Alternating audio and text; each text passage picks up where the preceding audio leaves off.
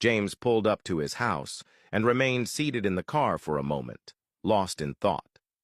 His gaze drifted to the small photograph of his daughter hanging from the dashboard, and memories of their happiest times as a family came rushing back with painful clarity.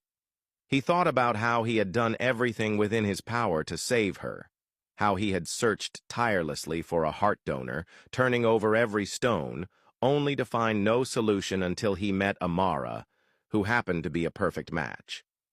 The weight of that discovery pressed heavily on him. It tormented him to consider sacrificing one daughter for another, but in his mind, the choice had already been made. With Amara, there was no deep bond, no history. She was a stranger, someone he had no connection with. Unlike the daughter lying unconscious in a hospital bed, the one he had watched take her first breath, the one whose laughter and tears he had witnessed through the years. That bond was irreplaceable, beyond comparison. To James, sacrificing Amara was justified. As much as it pained him, his loyalty lay with his family, especially with protecting his wife's fragile state of mind. If being ruthless was the only way to save his daughter, he would accept that label without hesitation. Better to be called heartless than to watch his child die. After a few moments, he finally stepped out of the car and entered the house.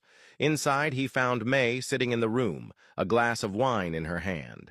Without a word, he strode over and took the glass from her, reminding her that she should not be drinking.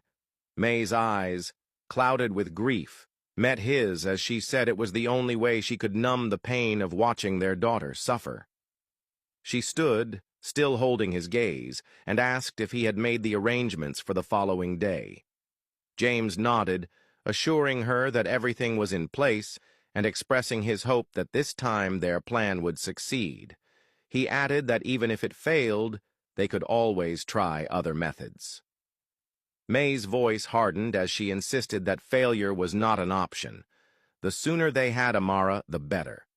Stepping closer, she asked if he had told their men to ensure Amara was kept alive. James nodded again, and a faint look of relief crossed May's face as she reminded him that if Amara died, her heart would no longer be of use. James pulled her into his arms, telling her to calm down and promising that he would make sure everything went smoothly. He knew exactly what needed to be done.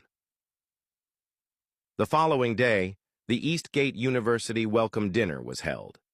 The venue was filled with students dressed in elegant attire, gathered for the grand occasion.